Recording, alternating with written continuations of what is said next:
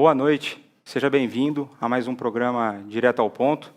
Nessa noite nós temos um convidado muito especial, uma pessoa que eu admiro muito, tanto na vida pessoal quanto como pastor, Pastor Jonatas. Seja bem-vindo conosco aqui, é um prazer tê-lo.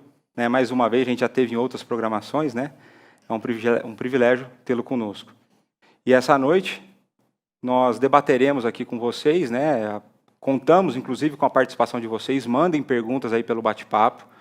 Talvez você possa ser a primeira pessoa que nos envie uma pergunta. Nós estamos no nosso 3º programa. E hoje nós falaremos sobre a teologia da igreja é útil? O tema, a pergunta pode parecer meio ambígua, mas nós queremos com isso dizer que será que o entendimento do que a Bíblia fala sobre a igreja é útil para o nosso dia a dia? Será quando eu busco nas Escrituras um entendimento adequado de como Deus, através da sua revelação, definiu a igreja, será que isso vai mudar a minha vida no dia a dia? É sobre esse tema que nós trataremos hoje. E sem muito mais enrolação aqui, vamos começar com uma pergunta para o pastor Jonatas. Pastor, muitas pessoas têm um entendimento de que conhecer teologia é simplesmente uma função do pastor, que elas, no dia a dia, elas não precisam de teologia. Quem precisa de teologia é o pastor que vai preparar o sermão para pregar no domingo, ou então o pastor que vai montar uma aula para a escola bíblica ou para algum curso durante a semana. E nós vemos isso dentro da igreja muito, muito normal, esse tipo de pensamento. Muitas pessoas pensam que teologia é algo distante, algo difícil, e que o que importa para nós é ler a Bíblia só e orar, só entre aspas aqui, mas ler a Bíblia de uma forma simples, sem buscar nenhum tipo de conhecimento mais profundo.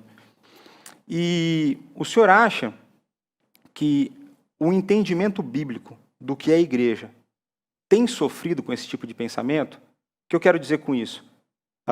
As pessoas, os membros das igrejas, o senhor acha que eles têm deixado de buscar nas Escrituras o que o próprio Deus fala do que é a igreja? Quero primeiramente agradecer o convite da Igreja Presbiteriana de Pinheiros, parabenizar a IPP-TV, esse projeto recente, mas muito necessário para a igreja dos nossos dias, uma vez que nós chegamos cada vez mais com contato com as pessoas por meio das mídias sociais. Então, parabéns à igreja, parabéns pela iniciativa e agradeço ao convite. O tema é muito pertinente, nós falarmos aí sobre a eclesiologia, a teologia da igreja, e eu concordo realmente essa situação de haver essa desconexão entre a teologia e a vida prática, ou talvez essa condição de colocar o ensino teológico como algo muito reservado à liderança da igreja, isso traz grandes prejuízos. É um pouco da mentalidade católica do passado, quando você tinha o clero apenas detendo o conhecimento e a possibilidade de discutir teologia. Então, quando você faz essa desassociação entre teologia e vida prática, entre estudo e a vida do cristão, você vai ter grandes problemas. Isso é fruto também de uma característica do nosso tempo de desvalorização do ensino formal. Então, hoje nós temos muito das gerações mais novas olhando com uma cara não tão satisfatória para o modelo de ensino formal, essa ideia de que você é capaz de ir lá e chegar às suas próprias conclusões de forma autônoma, independente. Isso faz com que todo tipo de ensino formal, como é uma exposição ou uma formulação dogmática do ensino teológico, do ensino bíblico, isso cria uma certa aversão das pessoas. E aí você tem efeitos negativos, drásticos, tristes para a igreja. Você vê, o primeiro que eu destaco, são preconceitos que as pessoas têm em relação à igreja. Então, quando você fala de alguns temas, por exemplo, questão do dízimo e oferta, as pessoas já olham isso, elas nunca estudaram o assunto, elas nunca foram de fato ver o que a Bíblia diz sobre o assunto, e isso está ligado à vida da igreja, mas quando elas ouvem deste assunto, elas já, não gosto. Quando você pensa, então, em compromissos com uma instituição, As pessoas nunca estudaram sobre o compromisso de serviço do membro com a sua igreja, o que a Bíblia diz sobre o nosso papel servindo o corpo, e as pessoas, quando ouvem disso, já criam preconceito, já definem como se aquilo fosse errado, não fosse bom, não tivesse relação com Deus, não glorificasse. E este não é um preconceito só dos cristãos. A gente vê, obviamente, claro, não compete a um não crente estudar a fundo a Escritura, ter essa imaginação de que eles vão fazer isso é até utopia, mas veja que o não crente é assim. Para algumas coisas ligadas à igreja, ele já tem opinião formada. O que é um pastor? É um ladrão. O que é uma igreja? O grupo de pessoas são pessoas que estão ali alienadas ao pensamento de um líder religioso. Então, esses preconceitos vêm justamente porque se distanciou do ensino teológico, de uma boa educação bíblica sobre os assuntos que estão ligados à igreja, que faz com que os crentes tenham uma série de preconceitos e visões erradas do que é a igreja, sua necessidade, sua função, sua missão. Isso me parece casar muito com os traços culturais do Brasil e do momento que nós vivemos. Então, o senhor trouxe aí a questão da influência da Igreja Católica, né, nessa separação do clero e do laicato. Sim. Né? Mas nós temos também, me parece que no Brasil, por conta dessa valorização do jeitinho, né, parece que a pessoa que busca adquirir conhecimento é alguém que é apartado, alguém que é meio alienado, né, e alguém que não é digno, muitas vezes, até de respeito. Mesmo a pessoa buscando conhecimento, parece que a gente não tem essa valorização na nossa cultura. Né? Não há uma valorização acadêmica. Não. E aqui eu estou falando não necessariamente só acadêmica, mas uma pessoa que se dedica à leitura. Né? No nosso tempo, quantas pessoas param para, de fato, ler? Né? E eu acho que uma outra coisa interessante que tem a ver com o nosso tempo é que nós vivemos uma época de especialistas de que nada estudaram e nada sabem. Né? Então, a gente vive uma época de desinformação. A gente pode ver isso nos debates na internet sobre assuntos diversos, seja eles assuntos da igreja, seja eles assuntos bíblicos, seja eles assuntos da saúde, assuntos políticos, especialistas em nada. É o problema, né? dessa aversão à educação formal. Exato. Então, o modelo de educação no nosso país é aquele que estimula a opinião crítica. Mas estimula essa opinião crítica em um adolescente, em uma criança que mal está embasada em conceitos. Então, ela não tem conceito formado de muitas coisas, mas é estimulada a ter um pensamento crítico. Você tem que ter um pensamento crítico, o professor tem que formar um pensamento crítico nos alunos. O problema é que você não forma pensamento crítico com qualidade se você não dá embasamento. E isso reflete também dentro da igreja.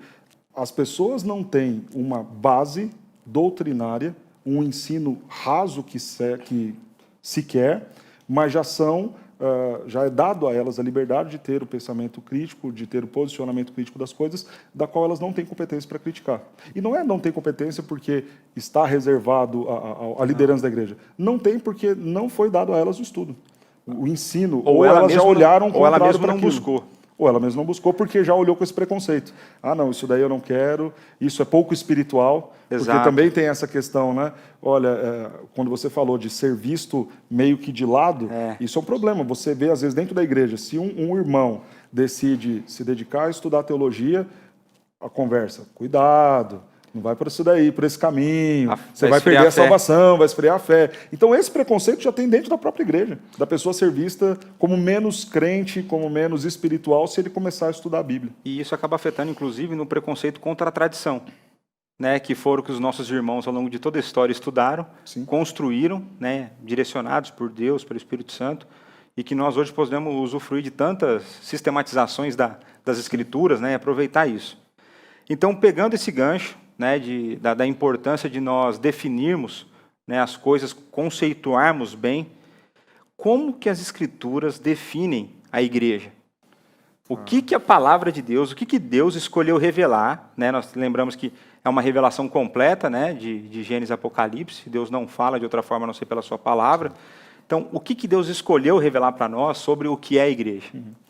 Essa questão de uma definição conceitual, ela é muito difícil nós falarmos em relação à igreja, né?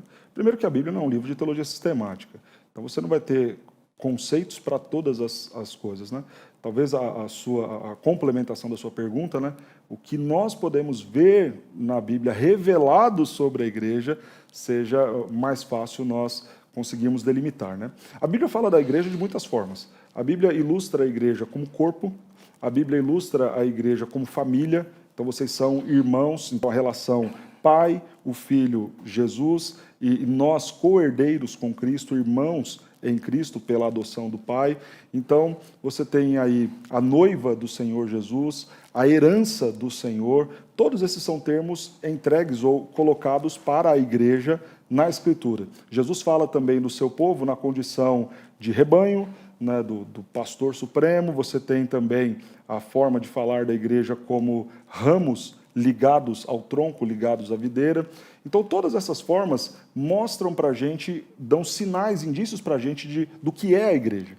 E dentro dessas definições, não dessas definições, dentro dessas analogias que a própria Escritura vai fazendo acerca do povo de Deus, uma característica me chama muito a atenção. Sempre o coletivo. Tá. Família, coletivo. Ramos, coletivo. Membros de um corpo, coletividade. Rebanho, coletividade. Nunca a ideia de que um indivíduo é a igreja. Então aqui fica um esclarecimento importantíssimo. Você não é a igreja, mas você faz parte da igreja. Então alguém que creu em Cristo Jesus, foi adotado pelo Pai por meio da fé em Cristo, faz parte do corpo, faz parte do rebanho, faz parte dessa grande árvore onde nós somos ramos, faz parte desta família, mas um único indivíduo isolado não é a igreja. Então esse negócio, a igreja sou eu, isso não é bíblico. Então a gente tem que entender que aquele que foi salvo por Jesus Cristo, através da ação do Espírito Santo, da eleição de Deus Pai, ele então compõe a igreja. Sim, ele não parte é dela. Separado, ele não é a igreja. Ele Exato. faz parte, ele compõe o corpo daquilo que é a igreja. E até um equívoco interessante, né? As pessoas falam, mas Deus não está lá nas paredes. Fato. E a pessoa vira e fala, não, eu sou a igreja porque eu sou templo do Espírito Santo. Conceito de templo e conceito de igreja é completamente diferente. Templo era o lugar onde Deus encontrava-se com o seu povo na antiga aliança. Quando nós pensamos em Novo Testamento, com a vinda de Cristo, que na cruz o seu corpo se rasga para que nós adentremos a presença do Pai, ok, nesse caso, na individualidade, eu sou o templo do Espírito. O encontro de Deus comigo, a presença dele já está em mim por meio da ação do Espírito Santo. Mas daí a ser igreja é completamente diferente. Então, ok, você é templo do Espírito Santo. E aí a gente pode falar da questão de uma unidade. Mas quando você fala sobre igreja e templo são conceitos completamente distintos. Uma coisa é acesso ao Pai, conquistado pela obra do Filho, ele é o nosso, nosso mediador. Habitação, né? visitação, a habitação o ato do Espírito Santo. O verbo do tabernacular, estar presente, visitar, estar no meio do seu povo, ok, isso se dá por meio da fé e da ação do Espírito Santo em nós. Somos moradas do Espírito. Aí, a pensar que somos a igreja, simplesmente por esse aspecto, aí é uma confusão até interessante e contraditória. Porque se a pessoa parte desse pressuposto, ela está dizendo que igreja é parede. Certo. Então, a igreja é parede, mas a parede caiu porque eu sou igreja e Deus mora, habita em mim. Então, ela confundiu e bagunçou tudo na mente dela. Tabernáculo é uma coisa, igreja é outra. Certo. Então, o senhor falou ali de diversos aspectos, né, diversas analogias que as Escrituras nos dão a respeito da igreja, né? E a partir dessas analogias, quais são as categorias que a gente tem, né, quando a gente vai falar de igreja, de que forma a gente pode identificar a igreja? Porque se a gente for pegar a parábola do joio e do trigo, a gente sabe que na igreja que nós vemos, existem não salvos. Sim. A igreja é composta de não salvos? Como que funciona isso aí? Okay. Então, nós fizemos primeiro uma apresentação de termos, de analogias bíblicas para o que é a igreja, a forma como a própria Bíblia decidiu descrever a igreja do Senhor. Noiva, corpo, ramos, rebanho, então todas essas são formas, né? Família. Agora, quando a gente pensa na questão teológica, na teologia, nós dividimos isso da seguinte forma. A igreja visível são aqueles que compõem o rol de membros da igreja. E a gente fala a igreja presbiteriana de Pinheiros, a igreja presbiteriana dos IPs, a igreja presbiteriana, a igreja batista, a igreja Assembleia de Deus. São os crentes que nós estamos ali vendo, que foram lá na frente, fizeram o seu compromisso de fé, foram batizados, recebidos membros. Essa é a igreja visível, é aqueles que a gente pode falar. Quem são os membros da igreja? São os 100, 200, 300, 1000 que congregam ali. A igreja invisível são os eleitos de Deus, ainda não convertidos, ou que estão fora da igreja, e aí a gente vai falar disso, desse estar fora, provavelmente mais adiante, né? E que nós não temos a condição de dizer, este é um eleito que vai se converter daqui 2 anos e vai fazer parte do rol de membro de uma igreja. Mas é um eleito do Senhor que já tem ações de Deus, intencionais de Deus em relação à vida dele, pelo plano eterno do Senhor para salvá-lo. Então Deus nos escolhe antes da fundação do mundo. Um eleito, desde o seu nascimento, ainda que ele não tenha professado a sua fé, ele já está inserido dentro de um plano de Deus que passa futuramente pela sua salvação. Ele faz parte, então, dessa igreja invisível, né? E aí você tem outros termos teológicos, né? A ideia da igreja militante, somos nós, o povo de Deus, que estamos aqui vivos, trabalhando, ainda no exercício da missão. A igreja triunfante, aqueles irmãos nossos em Cristo que estão lá na glória com o Pai. Então, esses são termos teológicos, justamente porque uma definição fechada de igreja em 2, 3 palavras é impossível. Então você tem, na Bíblia, se referindo à igreja como os eleitos que já estão lá no céu, com Cristo. Você tem na Escritura a igreja, o povo, quando, por exemplo, Paulo destina as cartas a igrejas específicas, é a igreja visível. Tanto é visível que Paulo coloca o nome das pessoas. E que tinha falsos mestres no meio. E que tinha falsos mestres. A invisível, né, de você, por exemplo, Jesus fala, né, ainda há outras ovelhas, né, que me convém conduzi-las, né, até o meu aprisco, né? Então, todos esses termos são termos que nós vamos usando para acomodar aquilo que a Escritura nos fala, nos informa sobre a igreja. Tá, então a gente falou aqui de 4 aspectos, né? Então, a igreja visível é aquela que as pessoas conseguem enxergar, né? Tanto crente quanto não crente. Né? Então, quando eu chego aqui no domingo para prestar culto a Deus, a igreja visível são as pessoas que eu estou vendo aqui. Sim. Né? É aquilo que a sociedade vê, né? Tem a ideia de testemunho, então testemunho é dado inclusive pela igreja visível. E confiamos no depoimento e no testemunho do que eles dizem, né? Isso. Não compete a gente dizer, você não é tão crente, a salvação... você não é crente de verdade. Claro, a gente pode julgar as obras, mas não julgar o aspecto se está realmente salvo, eleito ou não. A salvação pertence a Deus, né? Sim, sim. Então a gente falou da igreja invisível, a igreja visível, a igreja invisível, então que é aquela composta pelos eleitos de todos os tempos. Perfeito. Certo? Nós falamos da igreja militante, é aquela que está aqui para cumprir a missão que Jesus Cristo deixou. Proclamação, expansão do reino, proclamação das boas novas. E tem a igreja triunfante, que são aqueles irmãos que já têm um privilégio de estar diante de Deus, né, aguardando aí a segunda vinda de Cristo para que tudo seja consumado. Sim. E vivamos todos aí. Não no sono da alma, aguardando conscientemente. Exatamente, diante de Deus, já usufruindo da presença dele. Perfeito. Né? Exatamente. Há um outro aspecto também de igreja, e esse eu vou falar e talvez você se assuste, da Bíblia mostrando a igreja como instituição. Né? E entenda a instituição aqui, é claro que a Bíblia não está falando de CNPJ, razão social, porque, obviamente, isso não era nem, talvez, uma forma de governo da época. Né? Mas observe quando você olha o texto de Mateus 18, por exemplo, Jesus falando como deve se tratar o pecador, ele fala o seguinte, olha, errou, vai lá, conversa entre ti e ele só.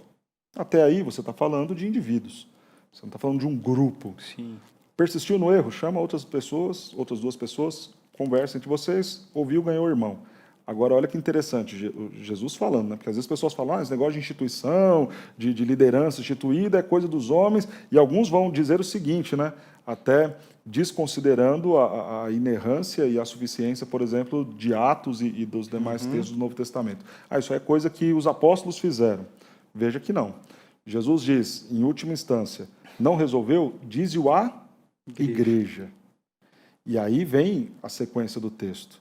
Se 2 de vocês concordarem, né, e se não ouvir nem a igreja, considera como gentil e publicano. Isso. Considerar como gentil e publicano é algo tão sério que o que Jesus fala no complemento, se 2 concordarem, né, tá ligado na terra, tá ligado no céu.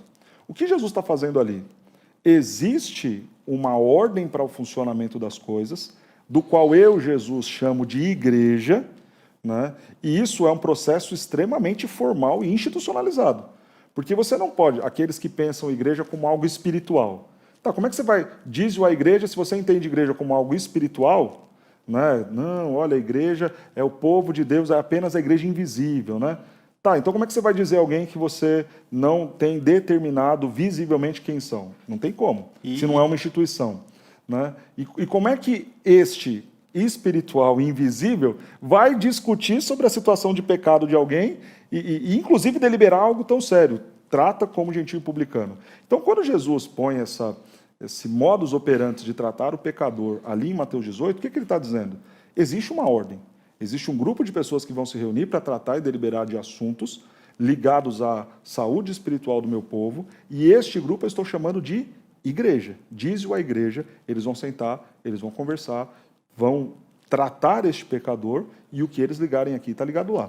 Jesus não apenas mostra um modelo, não apenas mostra que esta instituição é composta de pessoas, tem regimentos e regras, como Jesus valida também tudo isso. O que eles ligarem na terra, eu entendo e aceito, é a minha igreja lá. Isso lembrando só quem que era Jesus mesmo?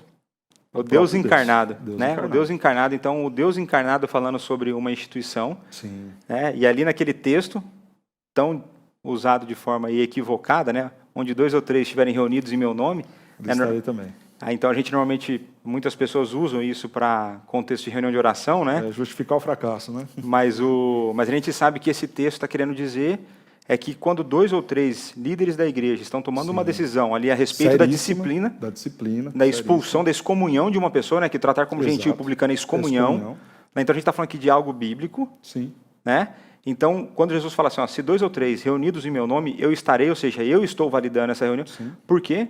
Porque eu atuo por meio dessa instituição. É isso que o Deus encarnado, o Deus homem, está falando, certo? Exatamente. Perfeito. Então, olha, E esse é um aspecto que muitas vezes a gente não gosta de falar. Não. Né? Porque as pessoas olham e até aceitam a igreja nessa coisa bonita, né? Eu já ouvi pessoas falarem o seguinte, né? Não, olha, nós somos um grupo, nós não somos uma denominação, uma igreja com placa, endereço, não. Nós somos um grupo que se reúne em casa, num evangelho simples, onde a gente estuda a Bíblia, canta alguns louvores, faz uma oração, mas isso não é igreja. Aí você vira e fala, tá, mas quem determina a casa? Ah, não, a gente decide entre nós, então você já tem um sistema de governo. E quem determina a regra, ou o horário, ou que tipo de estudo vai ser? Não, a gente tem um irmão que tem mais experiência, então ele é o líder de vocês. Ah, e quando der algum problema, como que vocês vão tratar isso? Ah, não, se isso acontecer, a gente vai tratar assim, assim, assim. Então, vocês já têm um regimento, vocês já têm um líder, vocês já têm um local e vocês já têm até um código de disciplina. Então, vocês são uma instituição. Então, essa ideia, que pode até parecer bonita e romântica, né? Não, vamos reunir em casa, eu, Léo, algumas famílias. Nós não somos igreja dessas, nós somos desinstitucionalizados, é o que é a moda agora, né? É a igreja espiritual. Somos uma igreja espiritual, de um povo, de um evangelho simples, sem CNPJ, sem essas coisas todas. Que isso é coisa de homens. Porque isso é coisa de homens, isso é invenção humana. Irmãos, isso está errado, isso é antibíblico. A questão da ordem, da decência e até mesmo a questão de estar sujeito às lideranças que o Senhor instituiu sobre nós, no caso, respeitar as legislações do seu país para o que diz ser uma igreja, tudo isso tem que ser cumprido e tudo isso é bíblico. E tudo isso é tão espiritual quanto essa reunião simples de pessoas que vão ler a Bíblia, orar e cantar. Então, às vezes, as pessoas fazem essa demonização de você ter uma instituição formal, com regimento, com regramento, que segue também orientação bíblica para fazer o que faz. É interessante, né? Isso é igual as pessoas que dizem que não tenho doutrina, não sigo uma confissão, eu sigo a Bíblia. Sim. Ela está seguindo a sua própria confissão, ela está crendo nas suas próprias convicções. Sim, exato. Então, isso não deixa de ser exatamente o que nós cremos de uma forma diferente. Então, assim, a gente tem escrito, Confissão de Fé de Westminster, sim, os catecismos e tudo mais. Essa pessoa não tem escrito, mas ela tem algo que ela segue, né? E talvez muito mais perigoso, muito mais vaidoso, com pressupostos muito mais questionáveis do que talvez se fizesse se unindo a um grupo sério de irmãos cristãos que definiriam essas cercas teológicas de uma forma conciliar. Que até o que a gente fala sempre, né, da importância da tradição, da história, né? Quanto tempo o pessoal não gastou, né, não investiu em oração, em estudo para desenvolver, né? Isso nós estamos na segunda pergunta e acredito que a gente já conseguiu mostrar que é importante estudar teologia. Perfeito. Eu acredito que a gente já conseguiu demonstrar aqui que é importante você compreender a partir das Escrituras aquilo que Deus fala a respeito da igreja. Porque se a gente não entende a partir das Escrituras, nós seremos levados por qualquer vento de doutrina. Qualquer pessoa que tem um pouco mais de argumentação, um pouco mais de lógica, consegue levar a pessoa através de algumas lógicas equivocadas, né? E aí, então, a gente passou por essa questão de definição aí de vários aspectos da igreja a partir das Escrituras. Hoje, de qual aspecto nós falaremos? Porque a gente não consegue aqui nesse programa de 1 hora ser exaustivo. Sim. Né? A gente pinça alguns pontos mais importantes que a gente dentro do tema, né? E dentro do tema de hoje, qual que é o aspecto que nós vamos então abordar com mais profundidade? Falar da igreja visível, né? A instituição, as nossas denominações, a igreja visível, é dentro disso que a gente vai caminhar sobre a necessidade desta igreja. Certo. E aí, eu quero perguntar para o senhor, dentro já a partir dessa perspectiva de que nós estamos falando aqui da igreja visível, né? Então a gente está falando de uma instituição que é ao mesmo tempo regulamentada pelo governo da nação e ao mesmo tempo regulada por Deus. Né? O aspecto humano e o aspecto espiritual. Né? Nós não vivemos apartado, nós vivemos nesse mundo e Jesus Cristo não nos tirou desse mundo, né, fisicamente. Né? Espiritualmente Ele nos tirou desse mundo, nós estamos desapegados disso. Né? Então, considerando esse aspecto da igreja, quais são algumas consequências práticas que o entendimento superficial do que é a igreja, né, do que é a igreja visível, do que são as ordenanças de Deus para ela, quais são as possíveis consequências práticas para quando eu não entendo, a partir das Escrituras, o que é a igreja? O que o senhor enxerga nisso aí? Eu, lendo certa feita o reverendo Heber falando acerca disso, o reverendo Heber Carlos de Campos Júnior, ele dizia o seguinte, né? Se nós não conseguimos amar a noiva, como se relacionar bem com o noivo? Né? Então, eu vejo que a primeira grande consequência é justamente você desvalorizar algo que Cristo valorizou ao extremo e se entregou pela igreja. A ponto de morrer por ela. A ponto de morrer por ela. Então, essa desvalorização da igreja, e mais uma vez, talvez você me ouvindo diga, não, mas aí é a igreja espiritual, é a noiva espiritual invisível. Mais uma vez eu cito Mateus 18. Para a noiva dele, ele, o Senhor Jesus, estipulou a forma dela funcionar, viver e trabalhar, que passa pela igreja visível institucionalizada. Então, o primeiro grande problema é desvalorização da igreja. Achar que a igreja não é necessária, achar que a igreja é irrelevante. E talvez nesse tempo de pandemia, quando as igrejas fecham e aquilo é indiferente para o bairro, talvez até justifique ou talvez até dê voz e validade a esse pensamento equivocado. Então veja que agora eu não estou levantando só o problema da forma como as pessoas ou membros veem a igreja. Eu estou dizendo talvez até a forma como a própria liderança que não estuda o que é a igreja, o seu dever, a sua missão, o seu papel, o próprio impacto disso. Torna-se um trabalho tão mal feito, tão irrelevante, que a igreja fecha na pandemia, fica 3, 4, 5, 6 meses fechada e o bairro não sente a menor falta. Significa, então, que a liderança não entendeu o que é igreja, porque faz algo que não é relevante ao bairro, no bairro. Significa dizer que se os membros não sentiram falta, é também porque a igreja foi irrelevante na vida dele o tempo todo. Então, quando a pessoa não entende o que a Bíblia diz sobre a igreja, ela não valoriza o que é a igreja do Senhor, o que é o povo de Deus reunido para culto, para adoração e cumprimento da missão.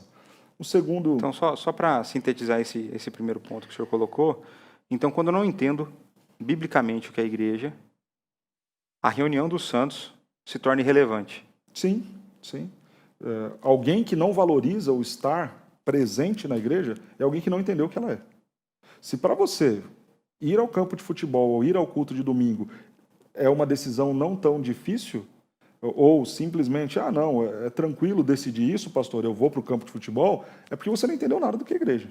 Você não entendeu absolutamente nada do que é igreja, do que é a igreja do Senhor, o papel da igreja, a missão da igreja. Então, se você não tem nenhum conflito interno, quando você decide, no domingo, dia do Senhor, ir no aniversário, ir num campo de futebol, ir lavar seu carro e, por conta disso, deixar de cultuar presencialmente, então você não entendeu ainda o que é a igreja. Você tem que voltar para a Escritura, ler a Escritura e então compreender melhor a igreja, a sua necessidade. Porque parte da compreensão bíblica do que é a igreja vai nos mostrar, aí o senhor pode discordar de mim se for o caso, sem problema algum, parece que o ensino bíblico nos mostra que a reunião, o ajuntamento de crentes para cultuar a Deus no domingo é um momento especial no qual Deus age de forma sobrenatural através dos meios de graça, derramando da sua graça na vida dos crentes. Ele já derrama no dia a dia, ele já cuida de nós diariamente, mas as Escrituras apontam para um momento especial, onde nós nos devotamos, adoramos a Deus como comunidade, isso é uma prescrição bíblica, né? E nesse momento Deus age de forma sobrenatural em nós, nos convencendo do pecado, nos aproximando mais dele, né? Com a participação nos sacramentos, oração, cântico. É por esse caminho? Olha, eu quero citar 3 contextos bíblicos diferentes. O primeiro eu vou citar, mas não vou falar tanto dele, porque algumas pessoas vão dizer o seguinte, isso aí está na lei, não tem nada a ver com o que é hoje. Certo. Quando nós vemos ali em Deuteronômio o povo prestes a entrar na Terra Prometida, uma das coisas que Deus determina como ordem para Moisés e para aqueles que vão entrar é, quando vocês chegarem, vocês vão para o lugar que eu reservei para o culto. Né? Então, é tão especial estar reunido que está dentro da ordem do que fazer quando chegar na Terra Prometida, que Deus coloca. Vocês encontrarão, terá o lugar que eu vou indicar para vocês, onde vocês vão prestar o sacrifício, onde vocês vão reunir o povo para cultuar, para adorar. Mas isso daí é a lei, não tem nada a ver com a igreja agora. Quando a gente vai lá para o Salmo 133, o texto nos diz com muita clareza, né? Quando há união, e como é bom e agradável viverem unidos os irmãos, ali, com esse grupo reunido, ordena o Senhor a sua bênção e a vida para sempre. Há sim uma ação diferente do Senhor, a bênção especial do Senhor para esse povo reunido. Quando a gente vai para os movimentos de reforma pós-exílio, você vê também todo esse contexto de que o despertar do povo se dá quando eles estão reunidos. Esdras reúne todo o povo para o jejum e oração e há quebrantamento. Neemias reúne todo o povo para confessar pecados e há quebrantamento. Então, veja como é especial da parte do Senhor agindo no meio do seu povo quando todos estão reunidos em volta da Escritura, fazendo aquilo que o Senhor ordena. Eu disse que seriam três contextos bíblicos, né? Mas vou dar um quarto aqui. Né? 3 que são 4. 3 que vão ser 4 agora. Né? Pensando, quando a gente vê a forma como Jesus ilustra o seu povo, ele usa a expressão dele sendo a videira e nós, o seu povo, sendo os ramos. Se você corta o ramo, ele vai apodrecer, vai morrer, não vai produzir nada. Ele não terá vida. Não terá vida. Então, veja como é importante estar ligado e estar reunido, todos juntos. Né? Esse estar junto representa a bênção do Senhor. O Senhor abençoa, e é especial e é diferente. Não à toa, não deixe de congregar. Já virou um 5º texto agora. Né? Não deixemos de congregar, justamente à medida que a gente vê que se aproximam os dias, a gente tem que congregar. Né? Há fortalecimento, há consolo, e tudo isso é especial quando a gente faz no meio do povo de Deus. Eu quero dizer a você que nos acompanha que não há nada mais especial, mais interessante e belo do que você viver a igreja com intensidade e ver quanto Deus abençoa você por estar nesse contexto. Uma pessoa me ligou esses dias lá da igreja, falando, pastor, estou meio desanimado, estou meio preocupado, porque eu queria estar mais vivo espiritualmente, né? Eu falei, irmã, é o seguinte, quando nós voltarmos agora, se envolve com tudo. Se envolve no grupo das irmãs, se envolve com a escola dominical, se envolve com o culto, participa, vai de cabeça mesmo. Porque você vai ver quanto isso é especial. Quanto você erra e alguém chega lá e puxa a sua orelha. Quanto você, ao se dedicar, você vai aprender mais, vai orar mais, vai ler mais a Bíblia. Quanto que você vai ser abençoado quando você servir alguém. Como que você, por exemplo, professor de escola dominical, vai ser extremamente abençoado quando você vê uma criança recitando um versículo que você ensinou. Então, existe uma bênção especial de Deus quando você está no meio do povo. E você aí em casa, com a internet e o celular, não vai viver isso. Quando você está com a igreja, vivendo a igreja com intensidade, algo especial e diferente de fato acontece. Isso a gente está falando aqui, né, num recorte de tempo onde a gente consegue cultuar, né? Existiu um período agora que a gente estava de fato impossibilitado, todo mundo fechado, claro. e a internet foi uma benção. Era o Perfeito. recurso que nós tínhamos, né? A partir do momento que começa a existir essa possibilidade, né, aí a gente vai conversar até um pouquinho mais. A internet não é um mal. A transmissão dos cultos não é algo errado, não é algo nocivo para a igreja, claro que não. Mas é um meio a mais, um recurso a mais, uma forma a mais. Não pode ser a única. Sim. E imaginar como sendo a única... Como a única fonte de alimento para a minha vida, não pode. Mesmo porque, irmão, se fosse assim, Deus primeiro tinha inventado a internet. E depois tinha constituído qualquer outro dom, talento e coisa do tipo. Se o congregar online em casa fosse o desejo de Deus para as nossas vidas, a primeira coisa que ia existir não era a cruz, era a internet. Era a conexão, era o seu celular, e aí ele ia falar, não, agora eu te dei o mais importante e o suficiente. Tome aí, então, uma boa banda larga de Wi-Fi, de internet, e vai ser crente. Mas não foi isso que Deus fez. Esse é um meio que nós temos hoje, louvado seja Deus por isso, estamos nos valendo dele nesse momento, e sabemos que somos usados por Deus nesse momento para abençoar vidas, mas não pode ser o único nem mais importante. E o que eu acho interessante da gente pensar na igreja reunida, né? Se é Deus, né, como diria, se é Deus e né? Se é Deus quem está abençoando, que está movendo no meio desse povo, a gente junta com algumas coisas do programa passado, é o Deus Todo-Poderoso, o Deus Todo-Amoroso, o Deus Santo, né? Então, e isso deveria encher o nosso coração de vontade disso aí, mas... Ô, Léo, vai lá. Se pode dar bronca, né? Uma bronca também, né? Irmão, se você está se alimentando aí pela internet, você está se alimentando porque tem uma igreja visível trabalhando aqui.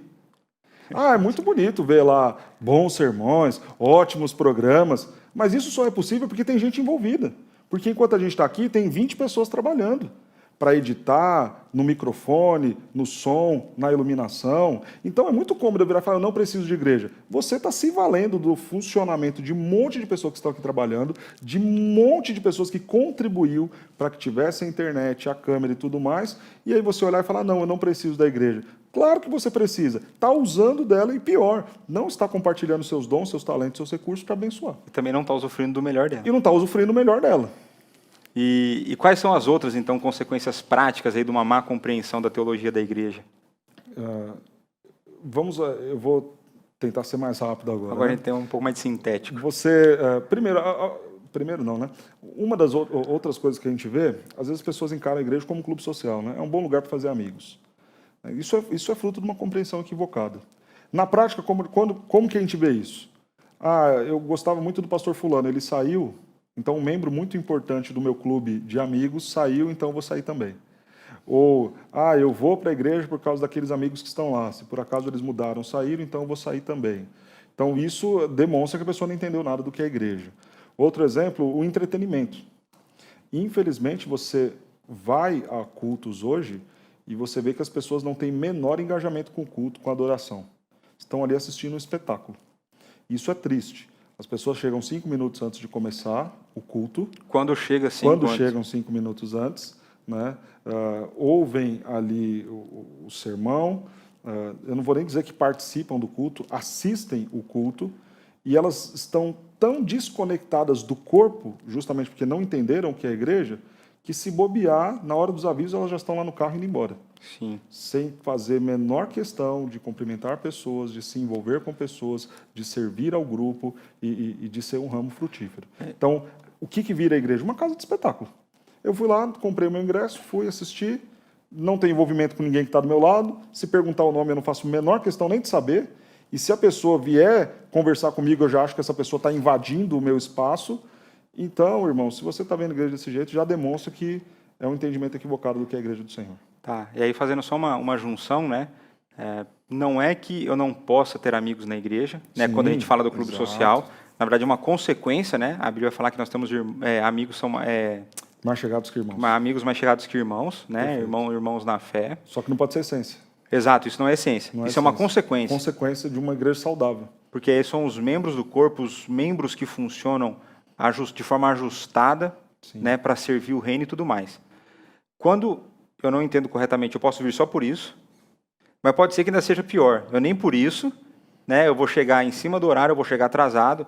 Em alguns momentos eu chego, eu não, né? A pessoa vai chegar para o momento só da mensagem, Sim. Né? Ah, não, o hino é muito antigo, Os os louvores cânticos são muito modernos, não quero, ok. e tal, e eu chego só para a mensagem. Aí eu ouvi ali um pouco de mensagem, talvez aquilo faça bem para mim, dependendo da mensagem eu não gostar muito. Se aquele dia estiver confrontando um pecado meu, eu também levanto vou embora. Então esses são grandes... E aí você pensa assim, né? Ah, pastor, mas por que é errado eu não ter esse envolvimento com o corpo? Porque a Bíblia fala, exortai-vos mutuamente, consolai-vos mutuamente, alegrar com os que se alegram, chorar com os que choram. Então, você tem uma série de ordenanças, de princípios mútuos, de princípios de mutualidade. Os uns aos eu outros. faço isso, uns aos outros, eu faço para o meu irmão, ele faz para mim, que não dá para você fazer isso sem se envolver com o corpo. E se você está na igreja e não tem esse envolvimento, é que você não entendeu justamente essa condição da mutualidade, né? Do uns aos outros. Do consolar, do ajudar, do chorar, do se alegrar, do exortar, do disciplinar. Isso é função que nós precisamos fazer uns para com os outros. É interessante, né? O senhor também já levantou, acho que outros assuntos que dariam outro programa, Perfeito. né? De coisas que nós devemos fazer dentro da igreja, né? Porque muitas vezes as pessoas pensam que a igreja é só vir ouvir a pregação ou participar dos cânticos, a pessoa que de fato presta culto, né? Mas também tem outras coisas, né? Então, o senhor comentou, a gente tem que se exortar. Né? Então, se o senhor está pisando na bola, eu estou pisando na bola, a gente tem que conversar e confrontar. Meu irmão, você está pecando. Então, isso já dá outro... Isso não é problema não, isso é bênção. Isso é bênção. Isso é resultado, inclusive, do que é o amor bíblico. Perfeito. Né? E aí você vê, né? Porque talvez a pessoa que está nos ouvindo, ela pensa assim, mas eu não faço nada disso, não vivo nada disso e sou feliz. Isso é um auto-engano. Você poderia ser muito melhor se tivesse talvez alguém acompanhando o seu dia a dia e te ajudando no seu casamento, te ajudando na formação do seu caráter, da sua vida profissional, um irmão consolando você, te ajudando até mesmo financeiramente, se for necessário, porque também a igreja serve para isso. E outra, não só recebendo, porque tudo que eu coloquei aqui agora é de você recebendo consolo, recebendo ajuda. E uns aos outros. Você fazendo é uma grande bênção. Exato. Quando você pensa assim, poxa, eu estou aqui em casa. Imagine se você estivesse aqui na igreja e alguém que você está acompanhando, que você está discipulando, se envolve talvez aí com uma situação de um possível adultério ou com uma questão relacionada a um vício, e aí você se vê naquela condição, o que eu faço agora? Irmão, você vai crescer muito em estudar a palavra, em ver um jeito, em resolver, justamente porque você vai correr atrás para tentar ajudar e servir aquela pessoa. Eu diria que se fosse possível ser feliz longe do corpo, se você estiver no corpo, você vai estar extasiado, vai estar com uma alegria... Exato, verdade. Né? Perfeito. Se fosse possível, né? A gente sabe que não é uma pergunta retórica, mas... Sim. Então, vamos aproveitar agora, acho que a gente encerrou um pedaço aqui de perguntas, nós vamos chamar o intervalo, e na sequência nós voltamos fazendo aí as últimas perguntas, as considerações finais. Até daqui a pouco.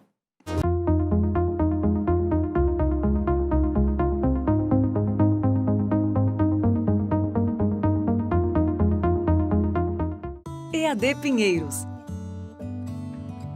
É tempo de crescer em conhecimento. Conheça o nosso curso Introdução à História da Reforma Protestante. Neste curso, apresentaremos uma introdução aos estudos de um dos eventos históricos mais importantes e influentes na história da Igreja Cristã, a Reforma Protestante. Saiba mais sobre esse assunto com as aulas ministradas pelo Reverendo Nilson Júnior.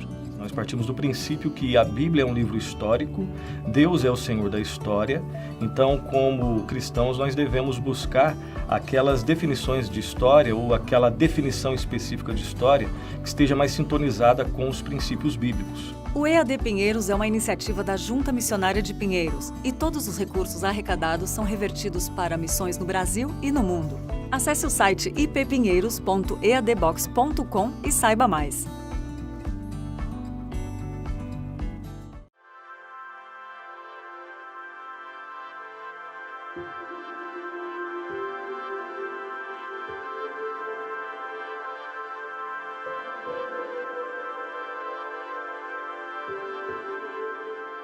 Ouvi a tua oração e vi as tuas lágrimas.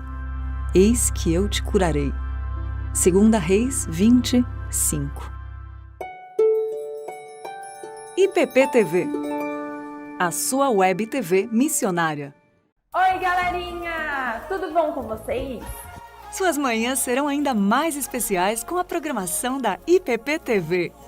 De segunda a sexta, às 9h30, muita história, música e brincadeiras. As crianças vão se divertir com o Pinheirinhos TV. Mas aqui é tudo uma família, né, Pedro? Às 10 horas, um programa de notícias, entretenimento, entrevistas e muita interatividade. Manhã IPP ao vivo com Lídia Díquel e Pedro Cera. Comece o dia bem informado com um conteúdo cristão de qualidade. Esperamos você aqui na IPP TV, a sua TV missionária.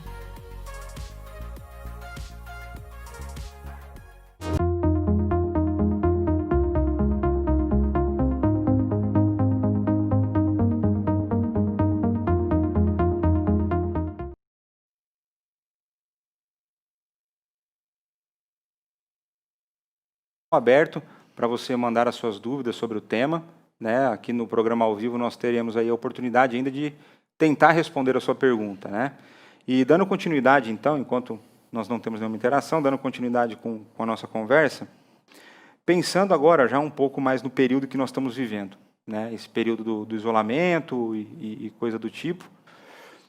Quais atividades da igreja podem ou não podem ser adaptadas? De que forma a igreja consegue se amoldar a esse período, e se amoldar aqui no bom sentido, não no mau sentido, né? Como ela consegue, dentro desse período, continuar atuando, e como ela não deveria fazer isso? Quando a gente pensa na missão da igreja, ou minimamente o que a igreja tem que fazer, nós conseguimos proclamar o evangelho, talvez pelos meios digitais? Sim, conseguimos. Então essa é uma das áreas que talvez, em meio à pandemia, não esteja tão prejudicada. A gente consegue proclamar o evangelho pelas redes sociais. Talvez isso, hoje em dia, sem dúvida nenhuma, seja até um dos meios mais efetivos. Então, a proclamação, a igreja consegue fazer. A questão de edificação, a igreja consegue fazer. Um programa como esse edifica muita gente. Quando a gente pensa também na condição de adoração, a igreja, aí você já começa a esbarrar em algumas dificuldades, né? Porque a adoração, ela passa desse princípio do povo reunido. Quando você olha ali os salmos, você vai ver uma ordem para que o povo reúna e adore. Não significa dizer que você, no seu culto familiar, ou até sozinho, no seu momento devocional, você não esteja adorando a Deus. Mas veja o que eu estou falando. É possível, mas já fica comprometido. Se talvez evangelizar eu consiga fazer com excelência, por meio das redes sociais, a edificação eu consiga fazer até com certa excelência também, a adoração já fica um tanto quanto comprometida, né? A comunhão também há um comprometimento. Eu sei, por meio das redes sociais a gente consegue também se relacionar, e em alguns casos até com mais interação, mais conexão do que se você tivesse uma sala com um monte de gente reunida. Mas veja, eu destaco principalmente esses dois pontos, que faz parte do dia a dia da igreja, né? A adoração e a comunhão ficam um pouco comprometidos, não dá para você falar que está plenamente satisfatório. Então, nessas áreas, pensando aí em pilares básicos para a igreja tem que evangelizar, a igreja tem que edificar, a igreja tem que adorar e tem que ter a comunhão. Quando ela faz isso com excelência e plenamente, ela é igreja, né? Então, eu vejo que a adoração e a comunhão estão um pouco prejudicadas nesses dias de pandemia. Ela fica um pouco prejudicada, mas dentro dos recursos que nós estamos tendo, é o que dá para ser. Nossos irmãos do passado não tiveram, por exemplo. Não tiveram, exatamente. Né? No então, passado, nós ainda uma situação bem mais difícil. A gente tem ressaltado isso bastante aqui, né? Da bênção que tem sido a internet nesse período de isolamento, né? Por mais que não seja, né, como o pastor colocou aqui, se fosse a melhor maneira, Deus já tinha instituído no passado, né? Mas é a melhor maneira dentro do momento.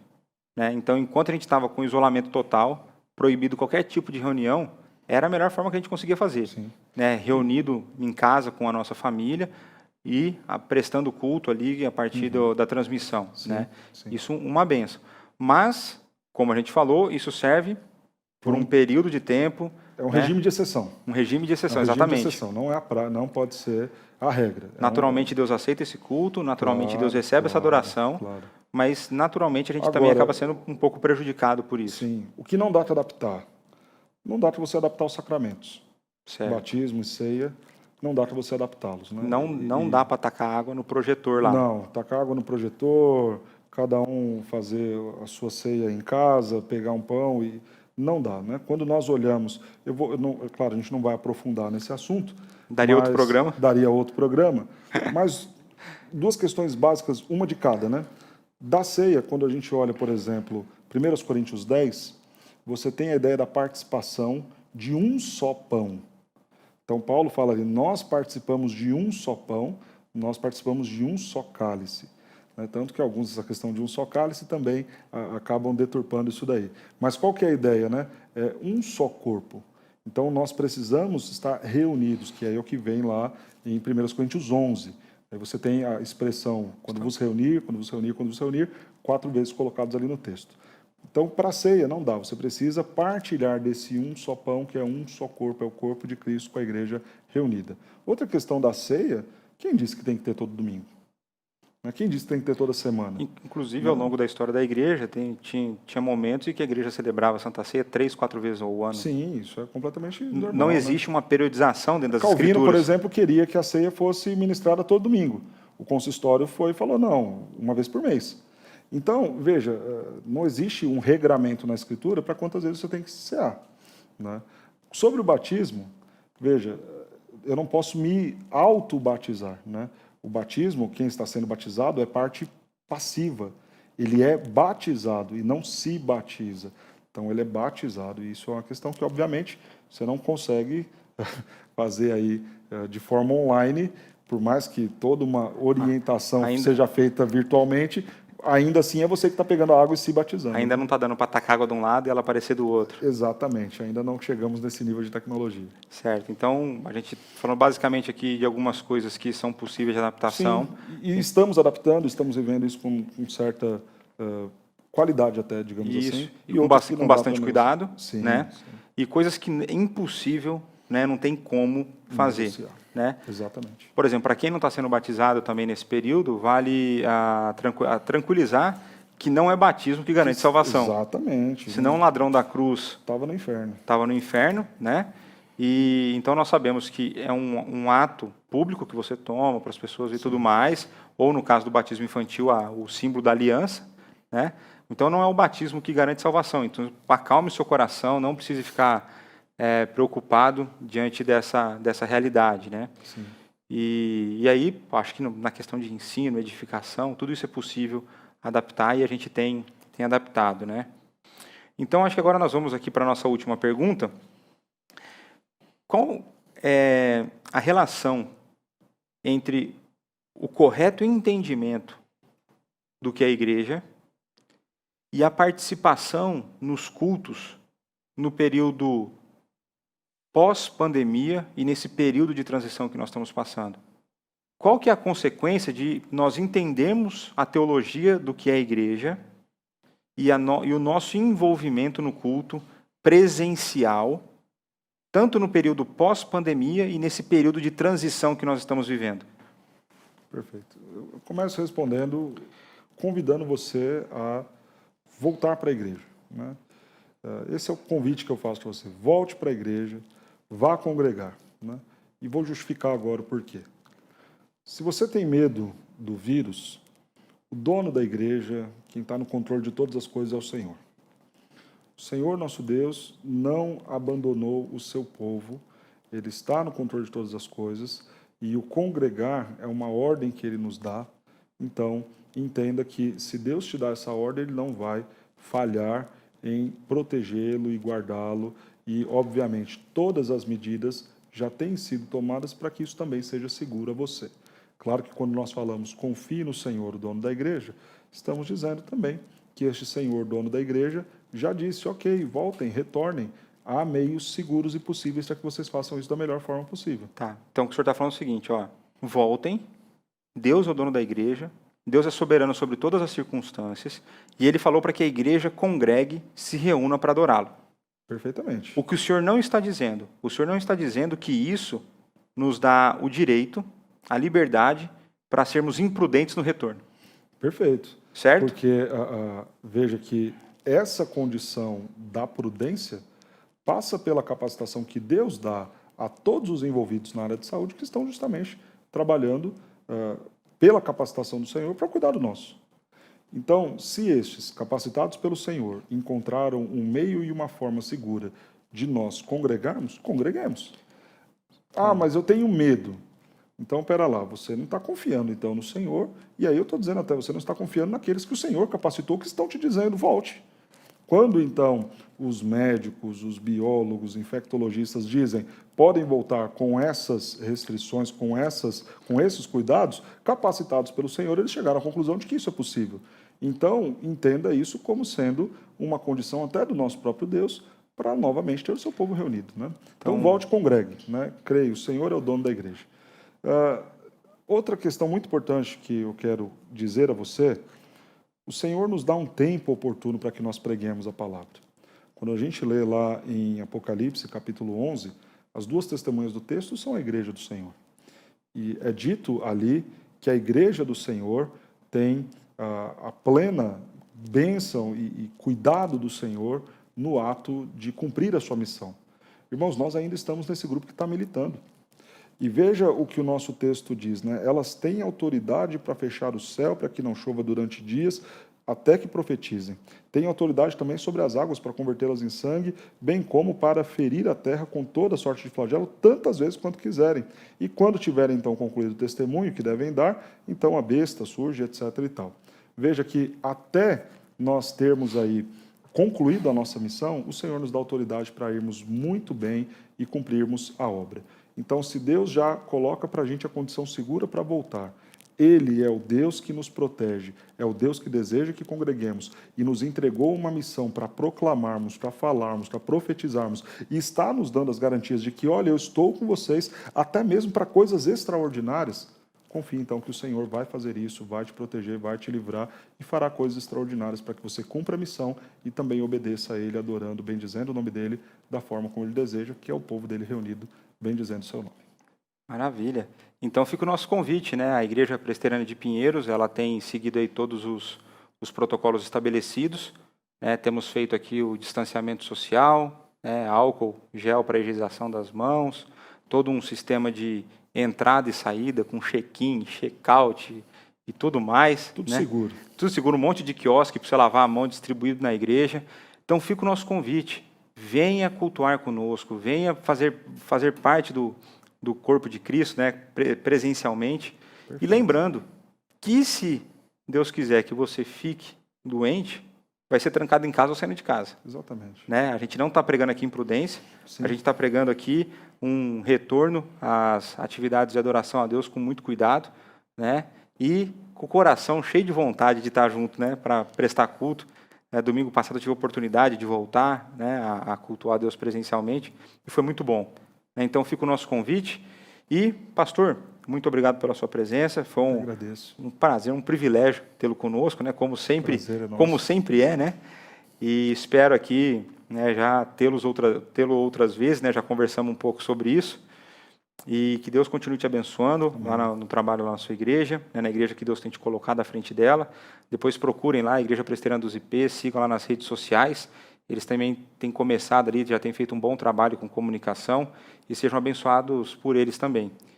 E a você que nos acompanhou, Deus os abençoe, esperamos encontrá-los aqui na próxima semana. Se você foi abençoado por esse programa, compartilhe com outras pessoas, né? Se inscreva no canal, dê o seu like e fiquem com Deus e até a próxima.